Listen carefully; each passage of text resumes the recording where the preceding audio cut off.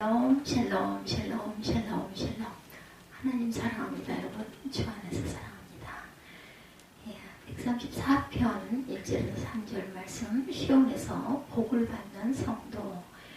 하나님 시온에서 내게 복을 주실지어다 이렇게 말씀합니다. 134편 1절에 보라 밤에 야훼 성전에 서 있는 야훼의 모든 정도라 야훼를 송축하라.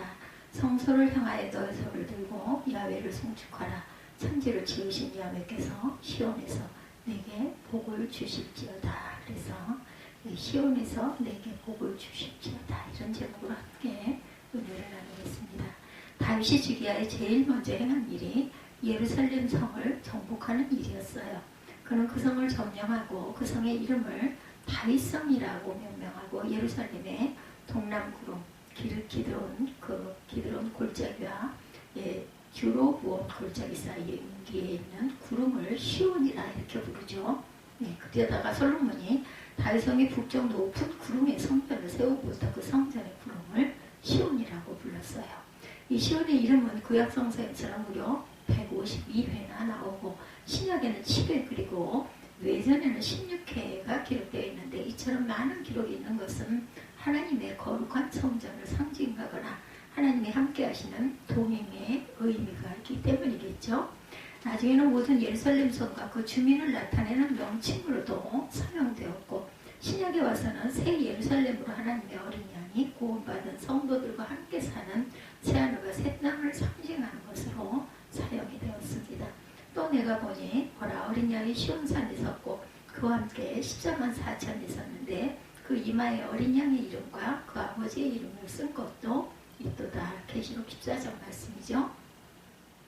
오늘 읽으신 본문에 하나님의 성전과 하나님의 백성을 상징하는 시온에서 하나님은 그의 백성들에게 복을 내리실 것이다 이렇게 기록되어 있습니다. 천지를 지으신 야훼께서 시온에서 내게 복을 주실지어다. 134편 3절의 말씀이죠. 그래서 오늘 아침에 시온에서 복을 받는 성도의 일을 함께 은혜를 나누고 갑니다. 그렇게 그 여름, 그 덥던 여름, 그리고 가을, 그리고 이제 눈 덮인 사야가 되었어요. 그래서 우리는 여름에 얇은 옷을 보고 가을의 옷들을 입고 여미는 계절, 그리고 또한 내일을 입는 두터운 겨울의 계절을 걸어갑니다. 이제 육신의 옷만 갈아입지 말고 영적인 시온에서 복받을 말씀을 들으시고 옷을 갈아입으시는 저와 여러분들이 되시기를 주의 이름으로 축복합니다. 시온에서 복을 받은 성도의 길은 어떤 것일까? 밤에 야훼 집에 서 있는 사람. 밤에 야훼 집에 서 있는 여호와의 모든 종들아 야훼를 송축하라. 오늘 1절에 이렇게 말씀하고 있죠. 너무나 많은 낮과 밤을 맞으며 살아가고 감사하게도 이제는 경제가 총발달하고 과학이 발달하여 밤을 지나가는 일은 그렇게 어렵지 않습니다. 그러나 한 40년, 50년 전만 해도 밤 11시쯤 되면 전기가 끊어지는 그 시대가 있었습니다. 그러니 깊은 밤에 화장실을 가려면 우리 집에 그래서 이렇게 또 떨어져 있는 그런 그 화장실이었었죠. 집 밖에 있는 그런 그 시골에 지금도 있습니다. 그런 화장실들이. 그러면은 그 촛불 바람이 불 때 그것도 들고 갈 수가 없고 금을 들고 가거나 글쎄요, 그 전기가 있었겠죠. 후레쉬들을 들고 갔어요. 저 어렸을 때는 후레쉬를 갖고 비췄습니다. 그보다 더 그 때들은 아마 후레쉬가 없지 않았을까 싶어요. 무서워서 어떻게 갑니까, 그죠? 저녁에 외출을 하려면 가로등이었기 때문에 비온 후에는 땅이 질어서 발이 흙탕물에 빠지는 일이 굉장히 많았다고 그래요. 교회에 오는 성도들이 모두 젖은 버선이나 양말을 얻고 들어온 일들도 많았다고 합니다. 저는 이제 그런 옛날의 시절의 기억은 없습니다. 그런데 아마 제 밑대들은 그렇게도 하셨을 것 같아요. 그런 옛날에 포항에 사는 어떤 삼형제라는 그 분들이 경주에 사는 가정으로 집을 찾아가는데 밤길에 앞이 안 보여서 길에 보이는 흙탕물을 밟고 말았다고 하죠. 이럴 때면 달빛이 정말 기가 막힌 불빛이 되죠. 그래서 저도 어렸을 때 달빛을 받으면서 깜깜한 밤이 환하게 밝은 걸 보면 아주 기뻐하면서 노래를 부르며 집에 돌아갔던 기억이 있습니다. 제가 그 초등학교 시절에 그 선생님이 학생들을 불러가지고 밤이면 그렇게 공부를 가르치시는 일들이 있었어요. 거리도 상당히 멀었죠. 그 거리를 갈 때는 씩씩하게 갔는데 올 때는 이제 친구들하고 다 이제 헤어져가지고 혼자 걸어올 때 달빛을 그 쐬면서 찬송을 열심히 부르면서 집에 왔던 그 기억이 지금도 생생합니다. 발젖은 얘기를 하다 옆으로 제 기억이 새로워서 말씀을 드렸습니다. 그래서 발이 젖은 것이 맞은편에 그 오던 사람도 물이 튀어서 바지와 양말이 젖고 그게 시비가 되어서 싸움까지 일어난 그러한 일. 다음날 아침 둘이 세수하려고 우물에서 만났다 그래요. 집주인인 태연이 형이 어젯밤 멱살잡이라고 싸움 녀석이 자기 집에 있으니까 놀라가지고 야 임마 너 왜 여기 있어? 하고 묻더라죠. 그랬더니 포항서 온 사람이 여기는 우리 할아버지 집이다 하더랍니다. 여기는 우리 할아버지 집인데 하고 보니 사촌 그 형제끼리 얼굴을 모르니까 어두운 밤에 얼굴이 안 보이니까 흙탕물 때문에 싸웠다는 거죠. 이처럼 밤은 옛날에는 아주 힘든 그런 시간들이었던 것. 그러나 오늘 본문에 나오는 밤은 우리가 살면서 겪는 어두운 때를 상징하는 것이죠. 이런 그 일상의 밤이 아니라 그런 어려운 때 다른 곳에 있지 않고 하나님의 거룩한 시온산, 즉 성전에 있는 사람이 하나님의 복을 받게 된다는 거죠. 밝고 편한 낮에만 성전에 계시고 힘들고 어려운 때는 세상에 계시지 않습니까? 하나님이 사랑하시고 복을 주시고 동행하는 사람은 밤이나 낮이나 성전에 거하는 사람이 되어야 합니다. 비록 각자의 생업과 가정 때문에 집에 있거나 일터에 있다 하더라도 하나님을 잊지 않고 기도하고 하나님과 영적인 교제를 이루는 사람은 바로 성전에 있는 것과 같습니다. 그리고 특별히 어려울 때는 더더욱 기도하고 또 하나님의 뜻을 찾고 열심히 주의를 지키고 예배를 드리는 것을 기뻐하고 사는 사람, 밤에 거룩한 성전에 거하는 사람입니다. 이런 사람들이 되셔서 하나님의 시온에서 복을 주시는 놀라운 은혜와 복을 받고 누리는 저와 여러분들이 되시기를 주 이름으로 축복합니다. 그러기 위해서 자신의 자리를 잘 살필 줄 아는 사람이 되어야 되겠어요. 오늘 이 아침 말씀을 들으시면서 여러분의 자리를 살피시고 분별하시기 바랍니다. 밤에 나는 야훼 집에 서 있는가, 아니면 어려운 문제를 해결하려고 사람들을 찾아다니고 세상 방법을 사용하면서 하나님께 도와달라고 외치고 있지는 않는가. 그리고 우리는 어려울 때일수록 성도가 밤을 만났을 때일수록 야복강가에서 천사와 씨름한 야곱처럼 하나님의 집에 서 있는 복된 믿음의 성도들이 되시기를 주님의 이름으로 축복합니다.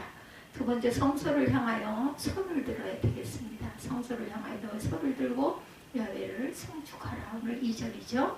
솔로몬이 성전을 건축하고 하나님께 봉헌 기도를 드릴 때 이런 기도를 했어요. 종과 주의 백성 이스라엘이 이곳을 향하여 기도할 때 주는 그 간구함을 들으시되 주의 계신 곳 하늘에서 들으시고 들으시사 사하여 주옵소서. 열왕기상 8장 말씀입니다.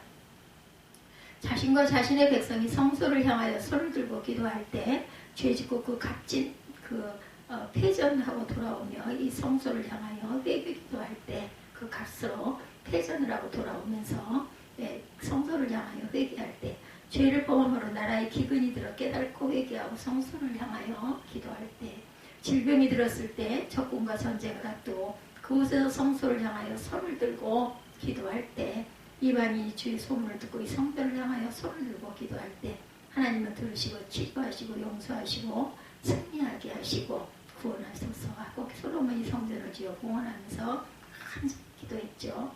그 때문에 이스라엘 사람들은 성전에 들어와서 손을 들고 기도했고 전쟁터에 나가거나 먼 곳에 있을 때에도 예루살렘 성전을 향하여 기도했어요. 심지어 바벨론은 포로로 잡혀와 그곳에서 수십 년을 살면서도 그 지에서 자세가 계속되었고 우리가 너무나 잘 아는 다니엘은 사자굴에 들어갈 처지가 되어도 예루살렘 성전 쪽인 동편 창을 열고 기도했다라고 기록되어 있습니다. 시온에서 복을 주시는 하나님의 은혜를 받기 원할 때 성전을 향하여 손을 드시고 우리가 항상 주의 이름을 부르는 저와 여러분들이 되시기를 주님의 이름으로 축복합니다. 손을 드는 이유는 크게 두 가지가 있죠. 첫째는 회개의 의미가 있습니다. 지금까지는 내 손으로 무엇을 하려고 애쓰고 내 손으로 잘해보려고 했지만 그 결과에 열매가 없으니 이제는 이 손을 들고 하나님께 항복합니다. 그러니 하나님이 이 손을 잡으시고 용서하시고 도와주소서 하는 의미죠. 우리가 부르는 찬송 천부의 의지 없어 손들고 옵니다 하는 가사, 바로 이 의미입니다. 둘째는 하나님의 능력과 은혜와 축복을 사모하는 의미가 있습니다. 우리가 손을 들며 그 손을 향한 곳으로부터 무엇을 받길 원하는 의미가 담겨 있죠. 우리는 찬양 두 손 들고 찬양합니다 라는 찬양 참 즐거이 잘 부르죠. 예, 이 찬양을 부를 때 제가 한 번도 여러분에게 손을 들라고 말씀드린 적이 없어요. 근데 저도 여러분들이 찬송을 부를 때면 마치 저절로 손이 들려지듯이 손을 들고 찬양을 드리게 됩니다. 그리고 손을 하나님을 향하여 들고 하나님의 도우심과 은혜와 동행을 간절히 사모하며 찬양을 드리죠. 그리고 하나님은 우리의 손길을 보시고 성령을 보내주셔서 능력의 손길로 도우시고 역사하셔서 우리가 또한 한 주 한 주를 살아갈 때 승리하게 주님께서 이끌어 주시죠. 성령께서 항상 도우시고 동행하십니다. 성전에서 진실한 마음으로 예배할 때 육신의 손, 마음의 손을 높이 드시기 바랍니다. 그리고 일터에서나 가정에서나 하나님의 생각날 때마다 하나님의 도우심이 필요할 때마다 하나님의 은혜가 절시 필요할 때마다 하나님을 향하여 육신의 손과 마음의 손을 높이 두시고 거룩한 새벽기도를 향하여 기도하시기 바랍니다. 하나님의 시원에서 복을 주시는 그 복을 남김없이 받는 성도들이 되시기를 주님의 이름으로 축복합니다. 세 번째, 야훼를 송축하는 자에게 시온의 복이 임하게 됩니다. 밤에 야훼 집에 섰는 야훼의 모든 종들아 야훼를 송축하라. 성소를 향하여 너의 손을 들고 야훼를 송축하라. 송축이라는 것은 하나님께 영광 돌리고 찬양하는 자세를 가리키죠. 어떤 경우에도 내가 영광 받는 것이 아니라 하나님께 영광 돌리고 그 이름을 찬양하는 자세를 말합니다. 이런 행동 결코 쉬운 일이 아니죠. 예, 그렇기 때문에 우리가 이런 자세를 가지게 되면 하나님이 그 귀한 행동을 인정하시고 그 값으로 시온의 복을 내려주십니다. 사울왕이 되어 아말렉과 전쟁을 합니다. 하나님의 사무엘을 통하여 사울에게 아말렉을 칠 때 모든 숨쉬는 것을 진멸하라 이렇게 명하시죠. 사울이 아말렉을 치고 승리하게 되자 하나님께 영광 돌리는 일을 그만 소홀하게 되어버렸어요. 아말렉의 왕 아각이 항복을 하자 저를 멸하지 않고 포로로 잡아가죠. 적국의 왕을 포로로 잡아서 돌아가면 얼마나 백성들한테 자랑스럽겠습니까? 그래서 하나님의 명령을 어기고 그를 사로잡습니다. 여기서부터 하나님께 영광 돌리는 일은 없어져 버렸어요. 그리고 아말렉의 많은 소와 양을 보자 그것을 전리품으로 가지고 돌아오게 되죠. 하나님은 숨쉬는 것들을 모두 죽이라고 하셨는데 많은 짐승을 보자 하나님의 뜻은 사라지고 자기의 욕심이 앞장서게 된 거죠. 그리고 갈멜에 자신의 승전비를 세우고 길갈로 회군하고 있었어요. 사무엘 그 15장에 보면 이런 사울의 모습이 소개됩니다. 사무엘상 15장 12절에 사무엘이 사울을 만나려고 아침에 일찍 일어났더니 혹이 사무엘에게 고하여 가로되 사울이 갈멜에 이르러 자기를 위하여 기념비를 세우고 돌이켜 행하여 길갈로 내려갔다 하는지라. 전쟁은 하나님이 이기게 하셨는데 하나님께는 영광을 돌리지 않고 자기의 이름을 빛내는 기념비를 세웠다는 거죠. 첫 단추를 잘못 끼고 나니 계속 잘못될 수밖에 없습니다. 이런 소식을 듣고 사무엘이 사울을 찾아갔었죠. 사울은 사무엘을 만나 첫 마디가 사무엘이 사울에게 이른즉 사울이 그에게 이르되 원컨대 당신은 야훼께 복을 받으소서 내가 야훼의 명령을 행하였나이다. 사무엘상 15장 13절입니다. 전혀 자신의 잘못을 인식하지 못하는 사울의 모습을 우리는 성경에서 보게 됩니다. 아무리 잘못했어도 자신의 잘못을 인식하는 사람은 가능성이 있어요. 그러나 작은 잘못을 하고도 자신의 잘못을 못 깨닫는 사람은 이 잘못이 작아도 큰 잘못을 범한 것보다 하나님은 더 중하게 여기신다라는 것. 사무엘은 그런 사울을 향하여 아각을 사로잡은 일과 자신의 귀에 들리는 짐승의 소리가 왕이 하나님의 명령을 어긴 것임을 추궁하죠. 그러자 사울은 짐승은 하나님께 제사 드리려고 가져왔다 이렇게 변명하죠.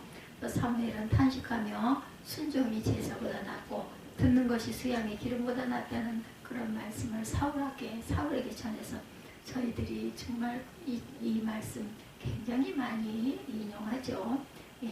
순종이 제사보다 낫고 듣는 것이 수양의 기름보다 낫도다.